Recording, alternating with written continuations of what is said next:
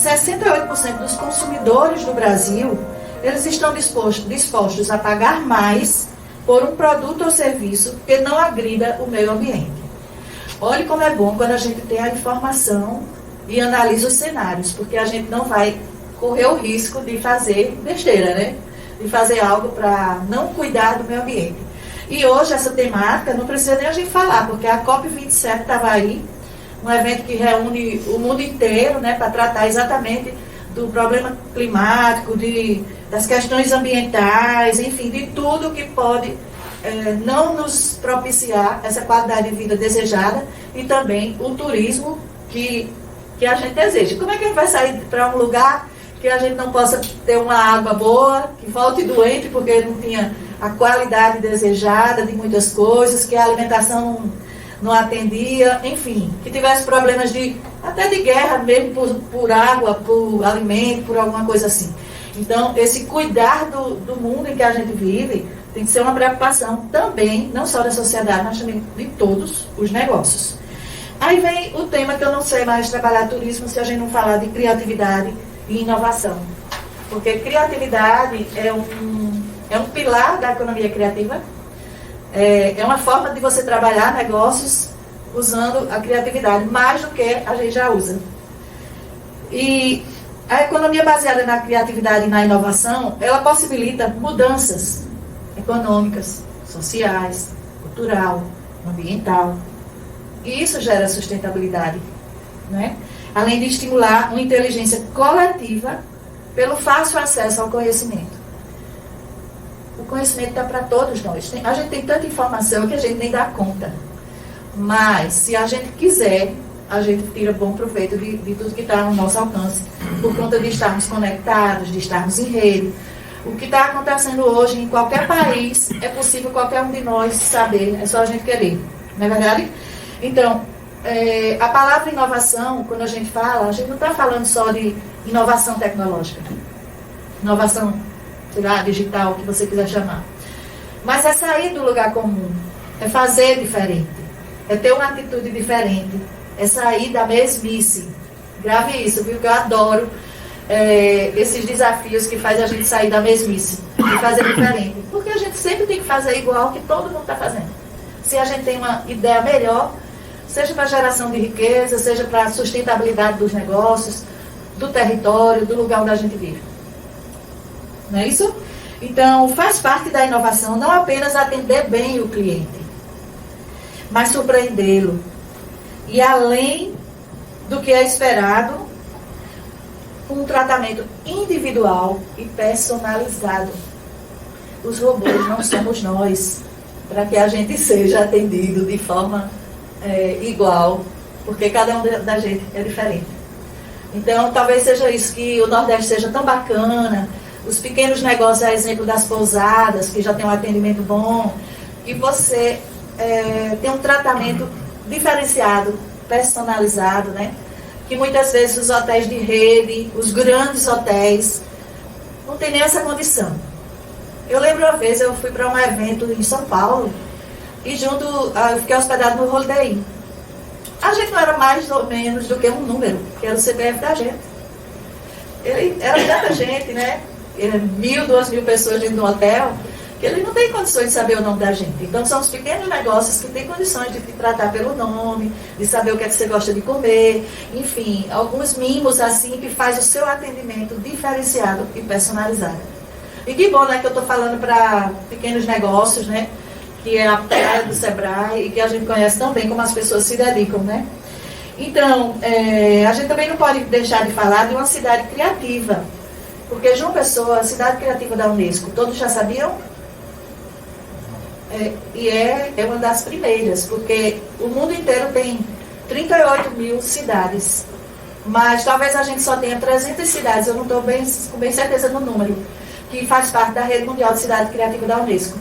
E João Pessoa está na rede desde 2017, escolheu o segmento de artesanato e arte popular. A arte popular, a gente pode incluir o nosso carnaval, as nossas festas juninas, as nossas expressões culturais, que tem aí os dois aí representantes da Liga Carnavalesca, que é o Pedro e o Edson, né, da diretoria, que vieram prestigiar também. Obrigada por estar aqui com a gente. Então, para uma cidade ser referência como um dos destinos turísticos mais procurados, não precisa destruir seu patrimônio, seja a sua cultura, a sua arquitetura histórica. Como foi lindo mostrar para os prefeitos, 6 prefeitos da Paraíba, de que Gramado ainda tem a arquitetura alemã de como começou.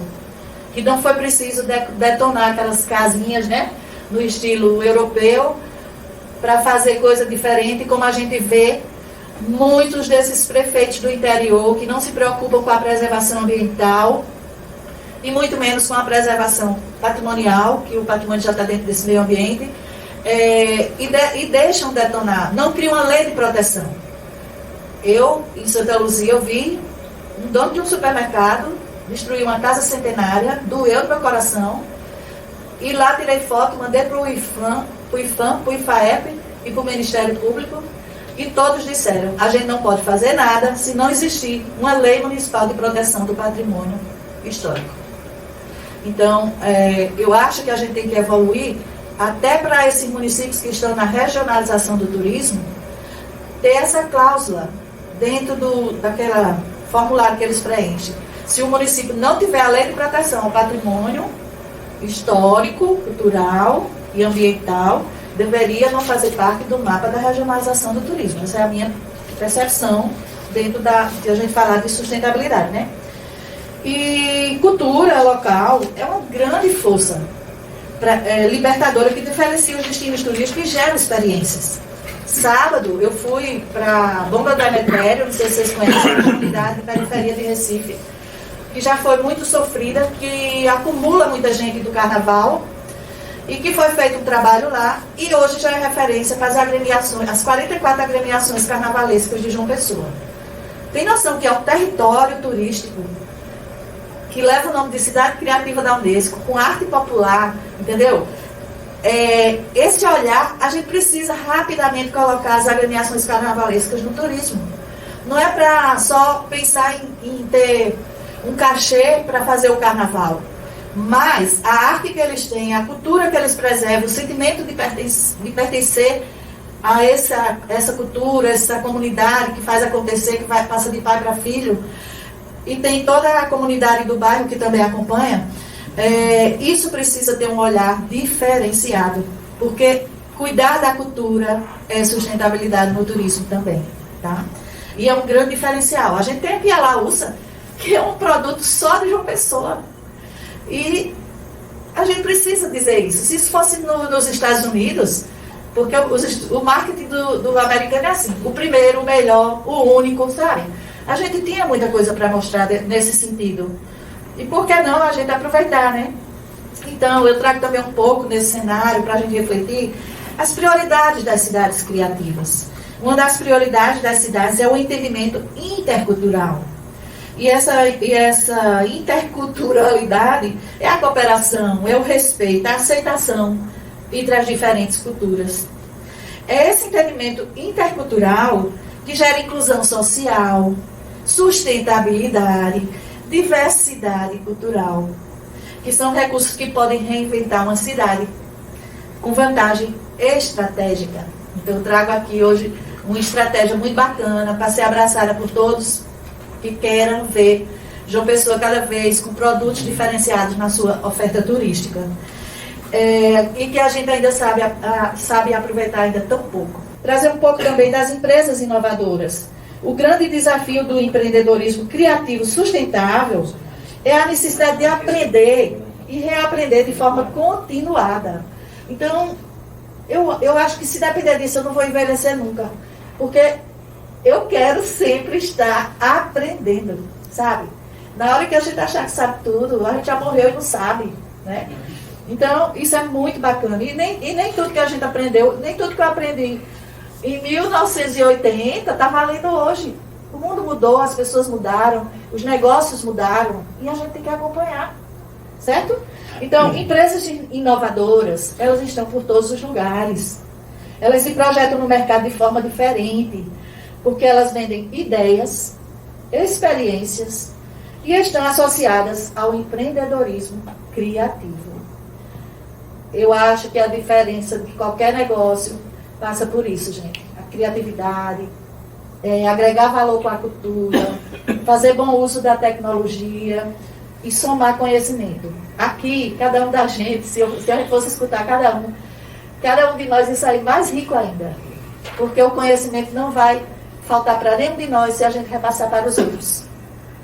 E nessa troca, todos ganham, não é verdade? Então, vivemos na era da economia criativa, onde o consumidor quer vivenciar experiências únicas, autênticas, memoráveis e que possam influenciar e transformar seu modo de viver e de pensar. A inovação, para ser eficaz, ela precisa ser simples, focada numa necessidade específica. E aí, gente, não dá para dizer, eu só vou inovar para o ano, daqui a 2 anos. Porque você precisa inovar para o presente, não é para o futuro. Tá? E qualquer empresa, como eu já coloquei, ou qualquer negócio que não inovar, envelhece.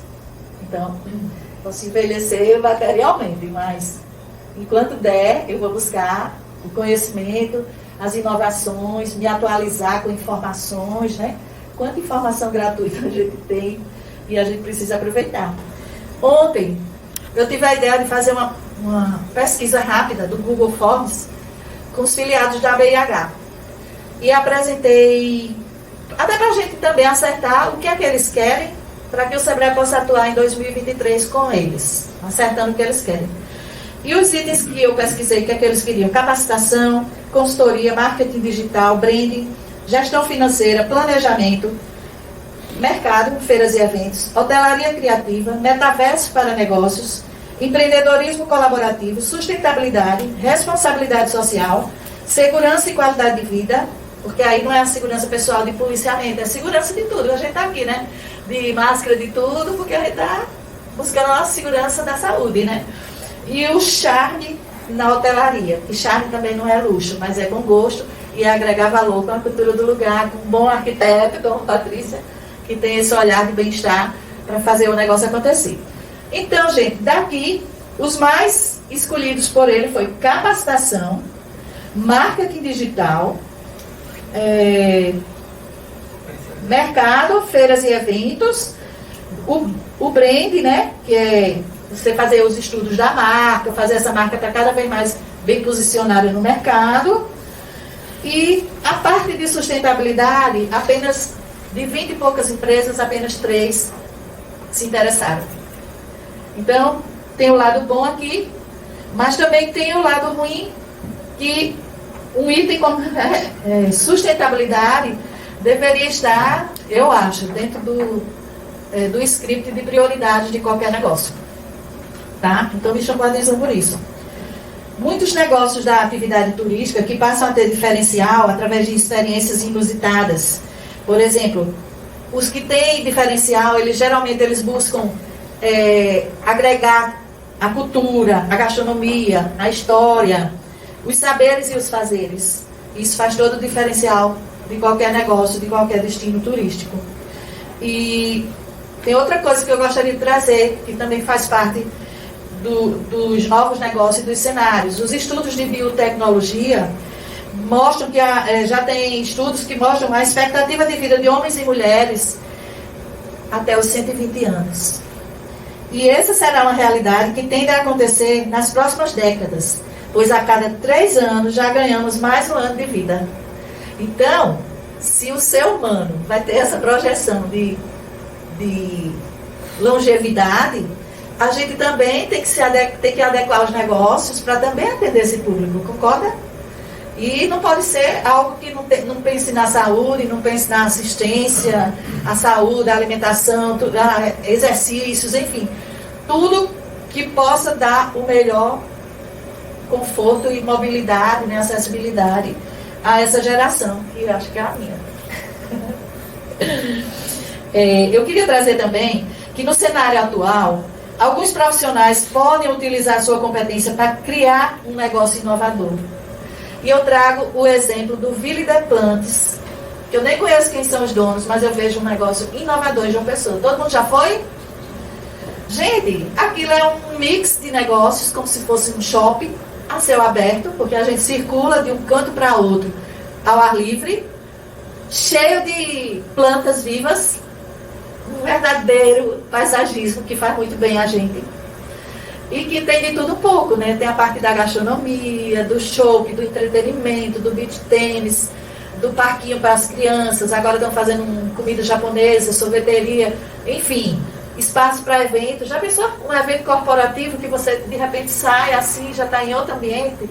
Então, eu dei como exemplo, talvez os guias de turismo ainda nem estejam levando para lá, mas eu acho que é uma oferta que você proporciona com uma tarde diferenciada e que talvez ainda não tenham despertado para isso.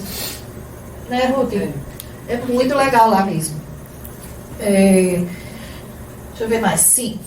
Só para ir fechando aqui, o Sebrae está com esse desafio de atender a Liga Carnavalesca de João Pessoa, que é uma das expressões culturais mais autênticas e tradicionais da capital, que representa tudo isso que eu já falei, né? Os hábitos, os costumes, a produção simbólica e material de um povo. São vários, né, Pedro?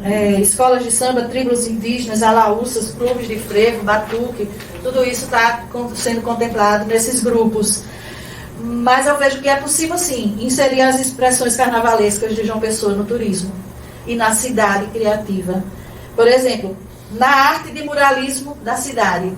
Quantos muros, quantas paredes aí de algum lugar podem ser pintadas de, eu vou chamar grafitismo, né? Mas é o muralismo também, representando personagens dessas expressões carnavalescas. Tem cada foto linda. Imagina a reprodução de uma foto de uma tribo indígena, né? De outros e outros, embelezando a cidade, que eu sei que o prefeito foi na Colômbia e ficou encantado com o que viveu lá, com os muralismos, os grafitismos. Na temática de uma exposição de um artista plástico, o artista plástico poderia fazer toda uma exposição com a temática de expressões carnavalescas de João Pessoa e andar o mundo, né? Na estamparia de acessórios de moda criativa e atemporal. Isso também poderia estar. Eu compraria uma roupa, como eu já comprei do maracatu. Eu comprei, na época da pandemia, tinha uma pessoa que participou da feira digital, a Fink Digital, e eu comprei um avental comprido, que era a figura do maracatu de Pernambuco, que ela é de Pernambuco também, de Bezerros. Então, a emissora de rádio, a gente tem uma Tabajara, que poderia ter um programa só para ter os enredos, né, das escolas, das agremiações, porque quando alguém escutasse, ia se lembrar que essa turma existe e que faz parte dessa cultura viva. Os pratos de restaurante, quantos festivais gastronômicos a gente faz, e por que a temática dos pratos não poderia ser o nome de algum personagem dessas agremiações carnavalescas, né? Questione sobre o que você deve parar de fazer. E a resposta certa aumenta a sua chance de ser bem sucedido. Então, muitas vezes a gente perde muito tempo fazendo o que não vai dar o retorno desejado. E é a hora da gente pensar. Estou falando até enquanto empresa mesmo, né? Ter essa coragem de mudar, de tomar uma atitude, de fazer diferente para ganhar o seu espaço.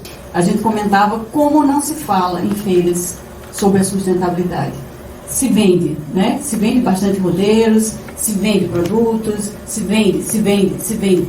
A gente atravessa um momento muito difícil de consumismo, né? E em todos os setores isso tem que ser retrabalhado, né? Inclusive no turismo, que pode impactar fortemente, não só a nível de meio ambiente, mas a própria vida das pessoas. Ok, roteiros interessantes, desenvolve o lugar, dá emprego, etc, etc. Mas se não houver um planejamento estratégico para que isso aconteça de forma sustentável, você pode apagar uma cidade do mapa, né? Vai ter um efeito rebote aí imenso. Então, dentro dessa observação, Ruth, eu queria perguntar a você, as feiras são sempre focos de empresários e empresas para vender, né? Vender. Como eu falei, não observei nada em relação a esse trabalho de sustentabilidade, de você despertar nas empresas, até nas próprias pessoas que consomem o turismo, essa responsabilidade com a preservação do meio ambiente. Como a PBTU vê isso? Meu nome é Ruth Avelino, eu sou jornalista, eu estou presidente da empresa paraibana de turismo, que se chama, o símbolozinho é PBTU, a maioria já ouviu falar, e a PBTU é um órgão que cuida da promoção e do marketing do destino Paraíba, dentro da Paraíba, no Brasil e no exterior, certo? Então, essa pergunta que você faz para mim tem tudo a ver porque é o meu métier, é porque eu trabalho. A PBTU promove, a PBTU mostra para Paraíba, para o paraibano, que eu acho que é importante que o paraibano conheça e visite a Paraíba, para o brasileiro e até para alguns países estratégicos, o que é que a Paraíba tem de bom e de melhor. Desse princípio, Patrícia, é bom que se diga que essa coisa da sustentabilidade ela é muito nova. Ela é muito nova, não é verdade? A gente começou a falar de sustentabilidade do turismo em 92, na época 92. Eu lembro que eu estava na PBTU, eu já era assessora de imprensa da PBTU, eu entrei na PBTU em 91 como assessora de imprensa, essa empresa que eu estou presidindo hoje, e na época 92 começou a se falar em sustentabilidade do turismo, ninguém sabia do que era. Vocês sabem o que é sustentabilidade, a maioria aqui sabe, né? É você cuidar das pessoas, cuidar do meio ambiente e da economia, porque todo mundo precisa ganhar dinheiro, né? Ninguém se sustenta sem comer, né? Você não vive de ar, de brisa, nem de banho de mar. Você precisa comer, você precisa vestir, você precisa morar. E você só faz isso se você o quê? Tiver dinheiro. Não é verdade? Dinheiro não nasce na planta. Então é complicado. Então, essa questão da sustentabilidade é uma questão muito séria, muito importante, mas muito nova. Tanto que a pesquisa que Regina mostrou aqui da hotelaria, apenas, acho que 1%, 3 pessoas falaram de sustentabilidade, ou seja, o cuidado. Sustentabilidade é cuidado, né? Com a pessoa, com a economia e com o meio ambiente. E às vezes esse cuidado a gente não pensa muito. E confesso para você que raríssimas vezes a gente pensa nisso quando a gente vai para as feiras, vai para os eventos. Porque a sustentabilidade ela não é para ser pensada só por nós que somos de governos, por Regina, que é do Sebrae, né? Nem para os caras que fazem o receptivo, para o dono do hotel, como aqui tem o Verde Green, né, Bruno? Que tem toda uma questão ambiental aqui, a horta, o reaproveitamento da água, enfim. O turista tem que ter essa visão. É um exemplo. Né? Porque quem faz o turismo é o turista. Quem viaja para conhecer, para se divertir, para vivenciar, ter experiências maravilhosas, para sobreviver, porque eu acredito que o turismo é importante para você sobreviver, porque quem não tem um momento de lazer, de diversão, se lasca todinho, né? Inclusive, na época da pandemia, eu dizia, as pessoas nunca consideraram o turismo uma atividade primordial, prioritária, e é. Porque se você não se divertir, se você não ver um filme, se você não escutar uma música, se você não olhar um ambiente novo, você não consegue sobreviver. Não consegue, ou pelo menos sobreviver bem, com juízo, com saúde mental, física e espiritual, não é verdade? Então é muito triste quando você vê um segmento que mais gera emprego no mundo, que é o turismo, mais gera emprego no mundo. Ou fala que é 1 em cada 10, não é. 3 em cada 10 empregos gerados no mundo é do turismo. Impacta pra caramba, sim. Porque onde tem gente, tem impacto, minha gente. Onde tem gente, tem destruição. Infelizmente é isso. Por isso que é importante a gente levar essa discussão tão a sério.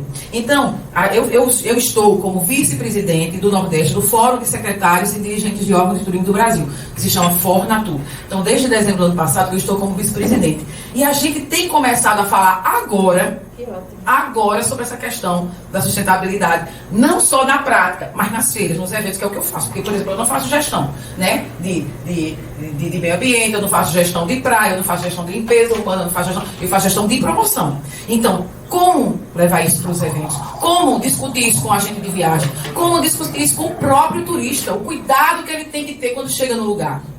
O cuidado com a cultura daquele lugar, com as pessoas daquele lugar, com as plantas, com os animais daquele lugar. Não é verdade? Então, é uma questão nova sim, mas é uma questão que está sendo discutida sim. Aqui na Paraíba, não sei se vocês sabem, eu tenho agora 30 mil folders na PBTU para trabalhar. Quando acabar esses 30 mil folders, nós não vamos mais fazer papel. Nós vamos trabalhar com isso aqui, ó, né? Isso que o povo gosta. QR Code. Hoje, gente, quando eu entrei na PBTU em 1991, quando a gente ia para as feiras, viu, Pedrinho? Quando a gente ia para as feiras, a gente pedia 100 quilos de liberação à VASP e à Varig para a gente levar de papel para o Brasil. A gente levava aquele monte de caixa, o povo pegava aqueles papel e tinha um correio que transportava de graça, tu lembra? Hoje em dia, ninguém quer não. A gente leva um folder fininho, pequenininho, o povo, não. Eu prefiro aqui o QR Code. Então, esse tipo de postura já é pensar também no meio ambiente. Não ter mais papel nas feiras, nos eventos. Ter todo esse cuidado, o que a Regina falou, que eu acho muito importante, com o que é que mexe com a vida do lugar, né? Porque é cultura, o que é cultura? É comportamento. Né? Comportamento é como a gente vive, né? É como a gente veste, é como a gente come, é como a gente dança, é como a gente, né? Vive. Né? Então essa coisa de valorizar a cultura paraibana, inclusive na reunião que a gente teve hoje, que a gente estava falando, a gente estava pensando justamente nisso, sabe, Edson e Pedro? Como a gente pegar essa coisa que é tão raiz e botar isso realmente para o turismo? Porque a gente sabe muito bem, e não adianta a gente se enganar, que quem vai para o desfile lá na Duarte da Silveira não é o turista. Se tiver 0,1% de turista naquele desfile, é muito. Então, a população local, a turma dos bairros, as torcidas de vocês, não é verdade? Mas o turista não estava. Mas o ano inteiro ele está aqui. Por isso que eu falei, vamos trazer isso para a praia. E não adianta botar só no bairro, porque o turista é preguiçoso, a maioria, né? Tem gente que gosta de se deslocar, de ir para uma comunidade, de ir para o interior. Gente, a coisa mais difícil do mundo, para um destino que tem praia, como é o caso da Paraíba, é levar o povo para dentro, levar o povo para o interior. Porque o povo, infelizmente, você sabe disso, as pesquisas mostram, 98% do turista brasileiro que viaja pelo Brasil só quer saber de sol e mar, e 95% dos estrangeiros chegam aqui só quer saber de praia. Um outro quer saber da Amazônia, um outro quer saber do Pantanal, um outro quer saber... o resto quer tomar banho de mar. É impressionante. Isso é um negócio difícil, mulher. Como a gente luta para levar o povo para Bananeiras, para Cabaceira, e isso vale para a capital, Pedrinho. Quando a gente faz a feira, como é o nome daquela de artesanato, o salão de artesanato no espaço cultural, as vendas caem. Quando você faz na beira da praia, vende tudo. Então é isso, a gente aí não discute muito, mas já estamos com essa discussão e dizer que é muito importante sim. E dizer também que eu fico muito triste, tem se bem que está sendo transmitido, né, de alguma forma, que tenha tão pouca gente numa discussão sobre sustentabilidade. Mostra mesmo como as pessoas não se interessam muito pelo tema, né, ainda. Mas muito bom ter os meninos aqui do Carnaval, ter algumas outras poucas pessoas aqui que têm interesse de discutir isso. E isso vai se reverberando. Eu sou uma catadora de lixo nas praias voluntárias, sabe? Aonde eu chego, no Brasil, no exterior, onde eu chego. Se eu vou em ambientes de praia, de mangue, de rio, tiver lixo, eu saio catando. Eu sou uma doida do lixo. E eu comecei a fazer isso, não tem quase ninguém. Hoje eu já vejo que tem um monte de gente fazendo. Eu tenho um equipamentozinho por conta de véia, não fica com a coluna toda lascada. Eu comprei um equipamento no Mercado Livre, que é um pegador para idoso, que me ajuda a pegar o lixo. Hoje eu já vejo que tem umas 4, 5 pessoas com o mesmo pegador de lixo que eu. Então é isso, vai reverberando, as coisas vão se transformando. E a gente está aqui para ajudar, né? Eu, enquanto gestora pública, como jornalista que sou gestora pública não é para sempre, estou, mas como jornalista sempre tive essa preocupação e vejo que é complexo, é difícil, mas a gente tem que lutar. Eu estou aqui com o pessoal do Caiaque PB, né? Então, eu faço caiaque também num projeto da prefeitura, ali de frente ao Senac. E a gente tem a oportunidade de vivenciar, que são 3 vezes por semana, coisas que realmente quem está na praia vivencia, né? Então, quando eu comecei a remar no começo, acho que, sei lá, junho, talvez julho, e a gente entrava com o caiaque no mar, a gente remava lixo. Sacolas de lixo enganchavam nos remos, né? E recentemente, a gente fica naquela região e fica sempre uma pessoa na base, que é na areia, e o professor entra com a gente no mar. Daí, nos círculos onde a gente fica, né, no raio onde a gente fica, sempre as pessoas depois depois de uma certa hora, 4 horas, se recolhem, né, deixam ali o seu lixo. Alguns turistas, provavelmente, né, ou população nativa também. Na semana passada, Regina, Ruth e Patrícia, eu tive um contato que eu jamais esperaria ter, porque o turismo que a gente lida é muito com o mercado. E a gente muitas vezes não se preocupa com quem está em alguma comunidade e que é resultado e que o turismo reflete nessas regiões, né? Então eu tive um contato importante com a equipe que está confeccionando o plano de ação climática de João Pessoa. Que ótimo. Imaginem, em plena COP27, eu estava em reunião com eles discutindo exatamente essa temática que estava sendo discutida lá no Egito. Claro que de uma forma muito incipiente. Eu não sou da área do meio ambiente, eu não sou da área de sustentabilidade. A minha base de formação não foi essa. Mas eu me sinto muito à vontade de falar um pouquinho. Eu não vou falar com o microfone não, tá certo? Fica melhor, vou falar mais alto. Então, ao conversar com eles sobre a equipe de consultores da Way Carbon, que é a empresa que está fazendo essa consultoria para a prefeitura, né, eu achei extremamente importante porque desde o ano passado, né, Regina e Ruth, que a gente vem discutindo a estruturação do turismo náutico em João Pessoa, né, a partir do Fórum Municipal do Turismo Náutico, que nós fizemos aqui em parceria, o Caiaque inclusive participou desse processo, eu me deparei com algumas informações. Por exemplo, por conta da ação climática em que o mundo está caminhando, os nossos corais estão ficando esbranquiçados. Ou seja, o resultado disso, para mais na frente, é o pior possível. Porque não é a capacidade de carga de uma área como as piscinas naturais do Seixas, como a Picãozinho, da quantidade de gente lá. Isso é outra história. Se mata o coral exatamente por falta de um plano de manejo em áreas como essa. Só que o que é que acontece? O mundo está ficando cada vez mais quente. E isso está interferindo no sexo das tartarugas e principalmente nos corais que estão ficando esbranquiçados.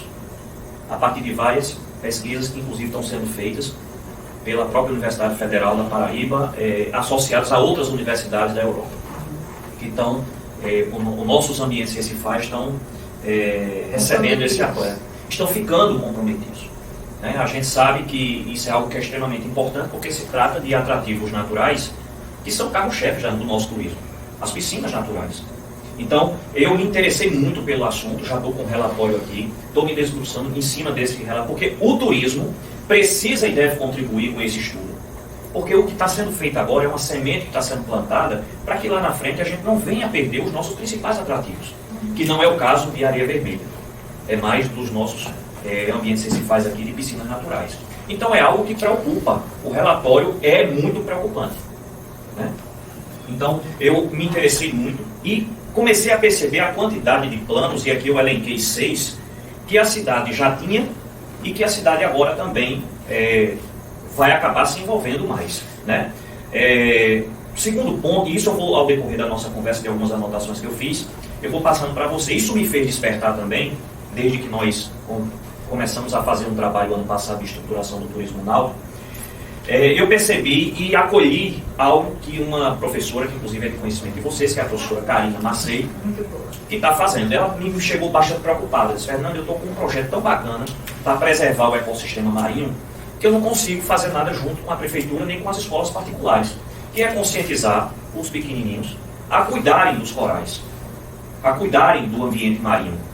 E isso é muito importante, porque as escolas hoje não fazem isso, fazem de forma muito simplória, muito ampassando. Então, eu conversei com o Colégio Marista, e o Marista absorveu e começou a fazer um trabalho esse ano de uma forma mais forte para o ano que vem, com crianças de uma determinada área de série. Então, a gente já quer começar esse projeto piloto numa escola privada e numa escola municipal. No município é um pouco mais difícil, pelas dificuldades, né, são pessoas que às vezes não têm condições mas a gente está trabalhando para que esse projeto também seja implementado, pelo menos numa escola cívico-militar ou municipal, para que a gente possa começar a introduzir a questão da preservação e da preservação do ecossistema marinho. Né? Então, é algo que a gente está desenvolvendo via Secretaria de Turismo, junto com a Secretaria de Educação. Eu aprendi, junto com você, da mesma escola, que a gente tem que conversar com outras áreas. E a educação é uma delas. A educação tem muitos projetos, a própria Secretaria do Meio Ambiente tem muitos projetos que precisam da interlocução com o turismo. É uma pena, porque infelizmente outras gestões passaram e não tiveram essa preocupação com a questão da sustentabilidade do nosso turismo. Né? Antes tarde do que nunca, a gente está se envolvendo agora com isso também. Né? A partir da estruturação do turismo náutico, onde o pescador tem o mesmo peso de importância do que o empresário de catamarã, que precisa conscientizar os turistas a não jogar lixo no mar, a não dar comida aos animais marinhos, a não pisar nos corais, entendeu? A receber uma informação, né, sobre o oceano. Então, eu acho que isso é extremamente importante e a Secretaria de Turismo está envolvida com isso. Tá?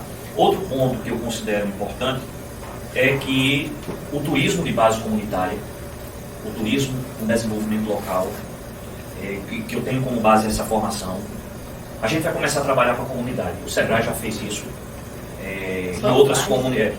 Eu digo isso porque fez porque eu acompanho muito aqui. Né? Lá no interior, fez muito, mas eu não vivenciei essas experiências. Então, eu já conversei com o Sebrae, nós vamos já começar, em breve, a partir de um termo de cooperação técnica, a desenvolver o turismo de base comunitária, pelo menos um projeto piloto, ali naquela região sul. Né? João Pessoa é uma das, para não dizer a única capital que tem área rural dentro do seu território. Então a gente quer fazer um trabalho de conscientização também, para que as pessoas possam começar a ganhar o seu dinheirinho lá, né, com os turistas que chegam. E isso são várias estratégias, porque não adianta você desenvolver o turismo de base comunitária se você não tiver uma roda de cicloturismo passando pela comunidade. Né? Então a gente procura, e é uma área rural que está ali se afunilando porque a especulação imobiliária está acabando com tudo aquilo lá. Então eles são bastante resistentes, né? E uma coisa vai puxando a outra, a questão da produção associada ao turismo. Não somente lá dessas áreas, porque isso é tudo sustentabilidade também. Aqui nós temos a questão das cereias da PEN, que tem usado a sustentabilidade como forma de ter uma lucratividade para uma cooperativa de mulheres que trabalham com escama de peixe. Com ecobiju, né? As ecobiju, como você falou. Outros pontos importantes, e aqui a gente falou sobre a questão dos eventos, e eu tenho um trabalho também em cima dessas questões da chegada de grandes congressos aqui na cidade, grandes eventos associativos, né? Aqui nós temos uma parceria muito boa, onde a gente consegue, a partir do esforço da Prefeitura, do Governo do Estado, do SEBRAE, da FEComércio e do Convencioneiro, trazer os eventos para a cidade. E a gente tem uma preocupação muito grande nisso, porque quando a gente traz um congresso como nós vamos ter ano que vem de 8 mil pessoas, a gente tem aí a questão da emissão de gás carbono, né? E isso contribui para que o efeito estufa seja cada vez maior. Então, de que forma a gente pode mitigar os efeitos, os impactos das emissões de carbono? De que forma a gente pode compensar isso? Eu tive uma passagem pelo centro de convenções e lá, conversando com algumas pessoas, a gente resolveu, pelo menos, minimizar um pouquinho essa questão das emissões de carbono. A gente conseguiu plantar, na verdade, replantar, né, várias árvores, né, num equipamento que precisou devastar uma área verde para poder ter o desenvolvimento econômico. Não tinha mais sentido a gente morar numa cidade que não tinha um centro de convenções para gerar desenvolvimento para a própria cidade. Isso tem que estar associado, respeitando o meio ambiente, respeitando a legislação ambiental. Então, há uma contribuição para que a gente possa, de certa forma, compensar essas emissões de carbono e do efeito estufa. De como é que a gente pode, por meio dos empresários que organizam eventos, por exemplo, os banners que são utilizados nos eventos, por que não pegar esses banners e fazer com que o próprio artesanato, já que não vai servir mais, possa se utilizar disso para fazer peças, né, de artesanato, utilizando esses banners que foram usados no evento, que depois disso teria que ser descartado de alguma forma e é plástico, né? Então, tem essa questão também. É importante frisar que há algum tempo a cidade também tem um plano de gerenciamento de resíduos e fechamento de lixões, que não é só aqui. Mas o próprio Ministério Público vem, ao longo de todo esse tempo, forçando as prefeituras a fazer o fechamento dos lixões, né? Então, eu acompanho isso um pouco de longe, porque geralmente quem está envolvido com esse plano de gerenciamento de resíduos sólidos e fechamento de lixões são as prefeituras, né? Há um processo, um comprometimento do governo federal, juntamente com governos estaduais e prefeituras, de você acabar com os lixões no Brasil. A gente sabe das dificuldades, mas muitos lixões já foram fechados a partir dessa parceria das prefeituras com o Ministério Público, tá? Uma boa nova que eu considero, eu vi ontem o prefeito falando, inclusive parece estar em Brasília hoje, falando sobre transporte urbano elétrico, transporte coletivo, né, urbano elétrico, para facilitar a questão da mobilidade aqui na cidade. E reduzir a poluição também. Exatamente, fazendo com que a gente procure diminuir a emissão do carbono e aumentar o efeito estufa. Então, estava vendo aqui que está em Brasília, exatamente tratando com o governo francês formas de poder, aí nos próximos anos, a gente já ter na cidade veículos com energia limpa, né? Então é algo que eu considero importante, que eu coloquei aqui, porque eu tenho certeza que isso está dentro do plano de ação climática também, certo? Outro plano que a cidade também tem é a de proteção de áreas verdes, manguezais e mananciais. A Mata do Buraquinho a própria água nossa que nós bebemos vem desses mananciais que precisam estar preservados, né? E que em alguns anos há aquela questão, não choveu, e aí há uma preocupação de fazer racionamento, né? Então existe esse plano, que não é de agora, vem de bastante tempo, e a cidade precisa cumprir metas, né, em relação a isso. Algo novo também, principalmente para mim, que a cada 10 anos a cidade tem que fazer o seu plano diretor, e o plano diretor não tem como ser feito se não passar pela questão da sustentabilidade e da conservação de áreas verdes na cidade. Então, o plano diretor está sendo executado, era para ter sido feito, eu acredito, que em 2020, mas aí não foi possível por conta da pandemia, e isso se arrastou para 2021, e a Prefeitura está finalizando esse plano diretor, que é a nossa mola propulsora para desenvolvimento daqui a 15, 20 anos, né?